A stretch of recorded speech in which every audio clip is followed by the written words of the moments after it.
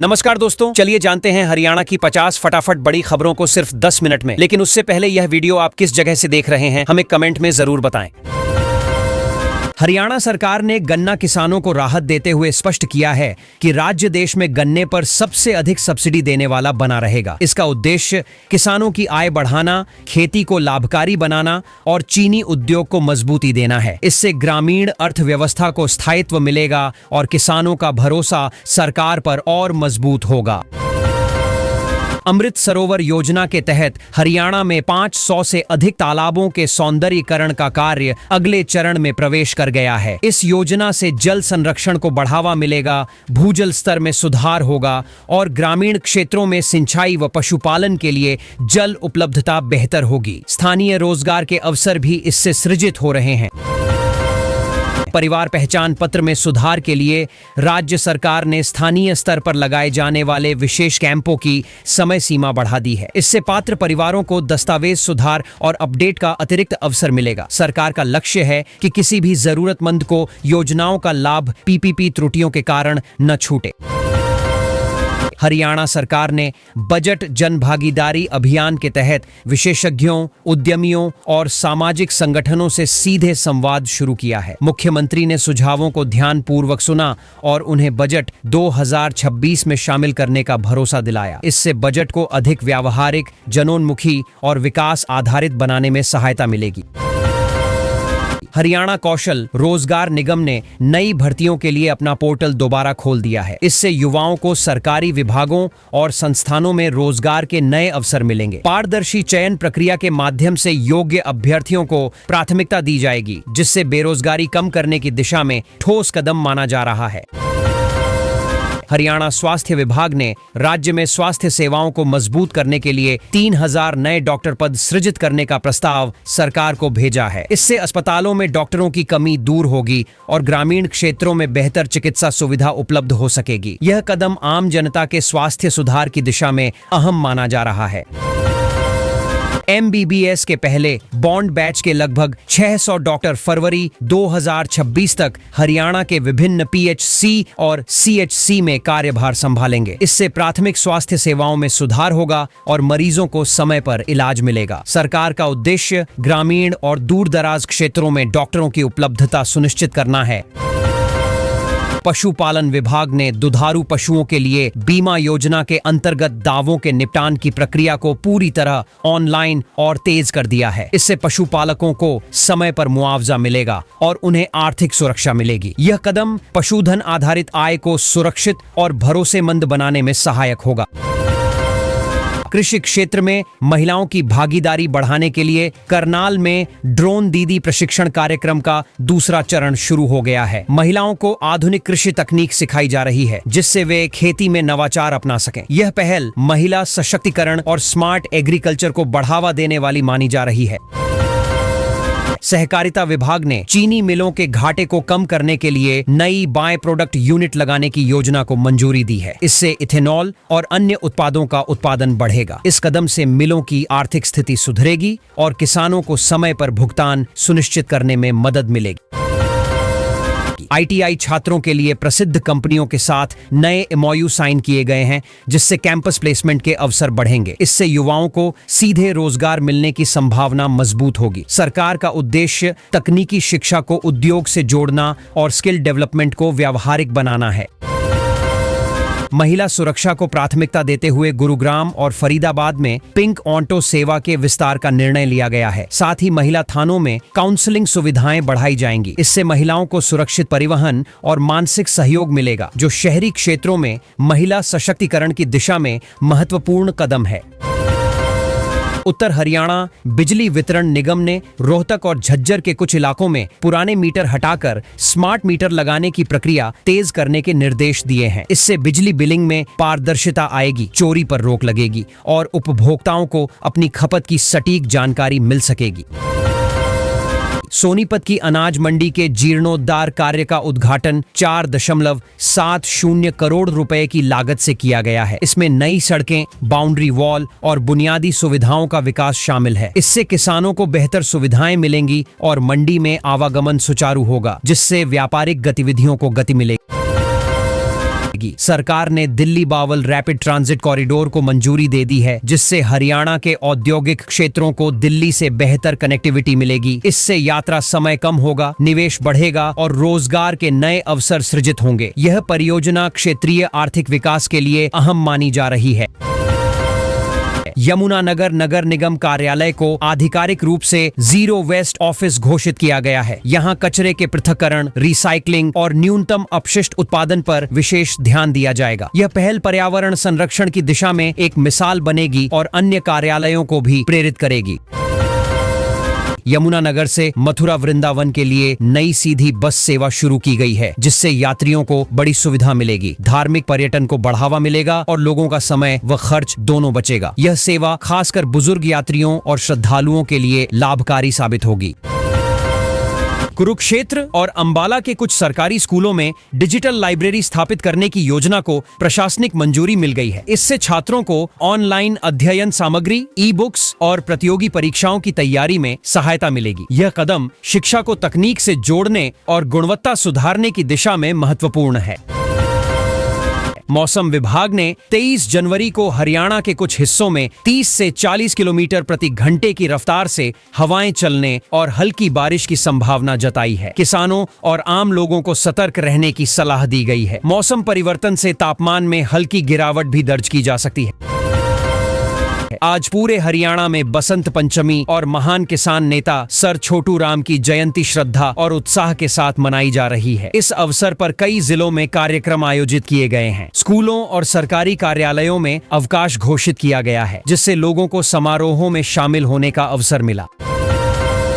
26 जनवरी गणतंत्र दिवस की तैयारियों के तहत चंडीगढ़ और पंचकूला में फाइनल ड्रेस रिहर्सल आयोजित की गई। इसमें सुरक्षा व्यवस्था, परेड और सांस्कृतिक कार्यक्रमों का अभ्यास किया गया। हरियाणा की झांकी विशेष आकर्षण रही, जिसमें राज्य की संस्कृति और विकास को प्रभावशाली ढंग से दर्शाया गया।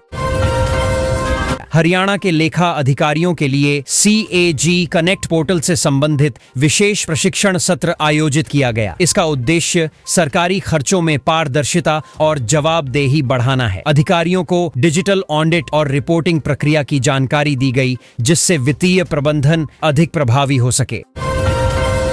हरियाणा कॉन्ट्रैक्चुअल एम्प्लॉयज रूल्स 2025 के तहत कच्चे कर्मचारियों के डेटा अपडेशन के लिए विशेष पोर्टल सक्रिय किया गया है। इससे कर्मचारियों की जानकारी सही रूप में दर्ज होगी और उन्हें नीतिगत लाभ मिलने में आसानी होगी। यह कदम संविदा कर्मचारियों की सुरक्षा और अधिकारों को मजबूत करेगा।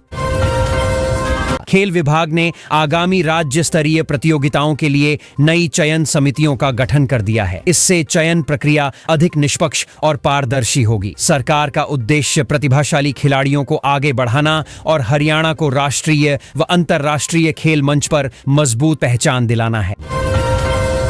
पिंजौर गार्डन में पर्यटन को बढ़ावा देने के लिए बसंत उत्सव की तैयारियां शुरू हो गई हैं। इस आयोजन में सांस्कृतिक कार्यक्रम, फूलों की प्रदर्शनी और स्थानीय व्यंजनों की विशेष व्यवस्था होगी। यह उत्सव पर्यटकों को आकर्षित करेगा और स्थानीय अर्थव्यवस्था को भी मजबूती प्रदान करेगा। देश में भूजल संरक्षण को मजबूत करने के लिए केंद्र और राज्यों ने मिलकर 39 लाख से अधिक वर्षा जल संचयन परियोजनाएं स्थापित की हैं। इन परियोजनाओं से जल स्तर सुधार, वर्षा जल का बेहतर उपयोग और भविष्य की जल जरूरतों को सुरक्षित करने में मदद मिलेगी। सरकार का उद्देश्य जल संकट से जूझ रहे क्षेत्रों में स्थायी समाधान उपलब्ध कराना है। हरियाणा विधानसभा अध्यक्ष हरविंद्र कल्याण ने कहा कि हर घर योग और हर घर संस्कार अभियान से ही विकसित भारत 2047 का सपना साकार होगा। उन्होंने कहा कि योग से स्वस्थ समाज बनेगा और संस्कारों से नैतिक मूल्यों को बढ़ावा मिलेगा, जिससे आने वाली पीढ़ियां जिम्मेदार नागरिक बनेंगी और राष्ट्र निर्माण में योगदान देंगी। हरियाणा सरकार ने निजी क्षेत्र में काम करने वाले कर्मचारियों के लिए बड़ा फैसला लिया है। 10 या उससे अधिक कर्मचारियों वाले सभी प्राइवेट सेक्टर संस्थानों को ESI सुविधा देना अनिवार्य होगा। इसके लिए 31 जनवरी तक पंजीकरण कराना जरूरी है। सरकार का कहना है कि इससे कर्मचारियों को स्वास्थ्य और सामाजिक सुरक्षा मिलेगी। देश में भूजल, योग और सामाजिक सुरक्षा से जुड़ी योजनाओं के साथ साथ शहरी विकास पर भी जोर दिया जा रहा है। गुरुग्राम में सीवर व्यवस्था सुधारने के लिए 40 प्रमुख स्थानों पर तेजी से काम चल रहा है। अधिकारियों के अनुसार अप्रैल तक काम पूरा होने से बारिश के दौरान जलभराव की समस्या काफी हद तक समाप्त हो जाएगी। फरीदाबाद में एक युवक से होटल साझेदारी के नाम पर 1.18 करोड़ रुपए की ठगी का मामला सामने आया है। आरोपियों ने मैजिक पेन से चेक लिखकर युवक को धोखा दिया। पुलिस ने शिकायत दर्ज कर जांच शुरू कर दी है। इस घटना से निवेश के नाम पर होने वाली ठगी को लेकर चिंता बढ़ गई है। अंतर्राष्ट्रीय सूरज कुंड मेले को लेकर तैयारियां पूरी कर ली गई हैं। ये मेला जल्द ही शुरू होने वाला है, जिसमें देश विदेश की कला, संस्कृति और हस्तशिल्प देखने को मिलेगा। आयोजकों ने पर्यटकों के लिए आसान रूट और परिवहन सुविधाएं भी तय की हैं, ताकि आगंतुकों को किसी प्रकार की परेशानी न हो।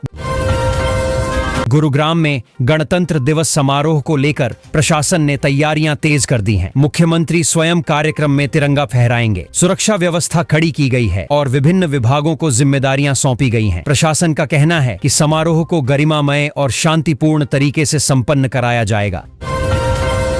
गुरुग्राम में ड्रेनेज लापरवाही का एक और मामला सामने आया है, जहां रोड़ी से भरा ट्रॉला नाले में गिर गया। चालक और सहायक बाल बाल बच गए। घटना से स्थानीय लोगों में नाराजगी है। प्रशासन से मांग की जा रही है कि निर्माण स्थलों और नालों के आसपास सुरक्षा उपाय सख्त किए जाएं।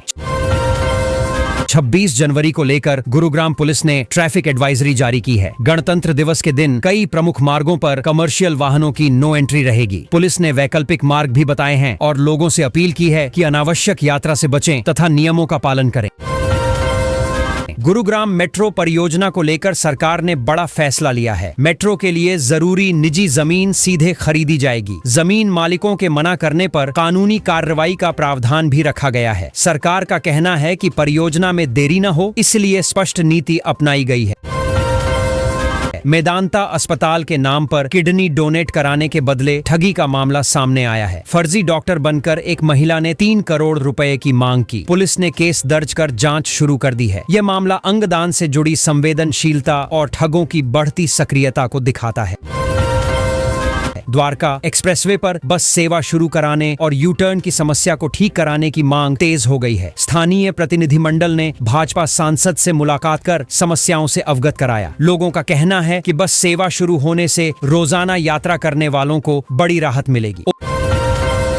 ओल्ड गुरुग्राम मेट्रो के लिए जमीन अधिग्रहण नीति की अधिसूचना जारी कर दी गई है। इससे परियोजना से जुड़े कामों में तेजी आने की उम्मीद है। प्रशासन का कहना है कि नीति पारदर्शी है और प्रभावित लोगों को उचित मुआवजा दिया जाएगा, ताकि विकास कार्य बिना विवाद आगे बढ़ सके।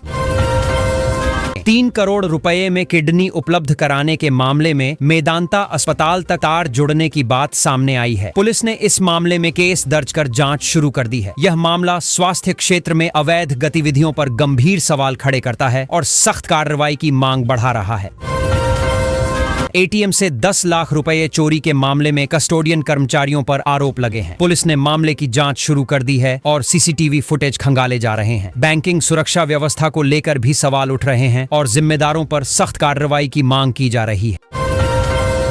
प्रदूषण के मामले में गुरुग्राम एक बार फिर देश में सबसे ऊपर पहुंच गया है। दिल्ली सहित 10 शहरों में हवा की गुणवत्ता बेहद खराब श्रेणी में दर्ज की गई है। विशेषज्ञों का कहना है कि निर्माण कार्य, वाहनों का धुआं और मौसमीय कारण स्थिति को और गंभीर बना रहे हैं। सोनीपत में मुख्यमंत्री योगी आदित्यनाथ ने बड़ा बयान देते हुए कहा कि बेटियों से खिलवाड़ करने वालों को किसी भी हाल में माफी नहीं मिलेगी। उन्होंने कहा कि कानून व्यवस्था को सख्ती से लागू किया जाएगा और दोषियों के खिलाफ कड़ी कार्रवाई होगी, ताकि समाज में सुरक्षा का संदेश जाए। हाई कोर्ट ने फॉरेंसिक विभाग में सीधी भर्ती को रद्द कर दिया है। कोर्ट ने हरियाणा सरकार को प्रमोशन नियमों की अनदेखी पर फटकार लगाई। अदालत ने कहा कि नियमों का पालन जरूरी है और बिना प्रक्रिया पूरी किए की गई भर्ती को वैध नहीं ठहराया जा सकता। कुरुक्षेत्र में राहुल गांधी ने कांग्रेस कार्यकर्ताओं को संबोधित करते हुए भाजपा पर निशाना साधा। उन्होंने कहा कि भाजपा भी मुगल और अंग्रेजों की तरह चली जाएगी। उन्होंने कार्यकर्ताओं से संगठन मजबूत करने और जनता के मुद्दों पर लगातार संघर्ष करने का आह्वान किया। हरियाणा के डबवाली में चोरी की घटनाएं बढ़ती जा रही हैं। ताजा मामले में मंदिर से कांसे का कीमती घंटा चोरी हो गया। स्थानीय लोगों में आक्रोश है और पुलिस से जल्द कार्रवाई की मांग की जा रही है। लोगों का कहना है कि धार्मिक स्थलों की सुरक्षा बढ़ाई जानी चाहिए। हरियाणा सरकार ने IT सक्षम युवा योजना के अंतर्गत अनुबंध पर कार्यरत युवाओं के लिए वेतन वृद्धि और भत्तों से जुड़े नए नियम लागू कर दिए हैं। सरकार का कहना है कि इससे तकनीकी क्षेत्र में काम कर रहे युवाओं का मनोबल बढ़ेगा और उन्हें स्थिर आय सुरक्षा मिलेगी। सभी विभागों को तुरंत पालन के निर्देश दिए गए हैं। मुख्यमंत्री नायब सिंह सैनी ने नारनौल में घोषणा की कि राज्य में जल्द ही 60,000 नई सरकारी भर्तियां शुरू की जाएंगी। इन भर्तियों में पुलिस, शिक्षा, स्वास्थ्य और तकनीकी विभाग शामिल होंगे। सरकार ने भर्ती प्रक्रिया को पारदर्शी और समयबद्ध बनाने का भरोसा दिया है ताकि युवाओं को रोजगार के बेहतर अवसर मिल सकें।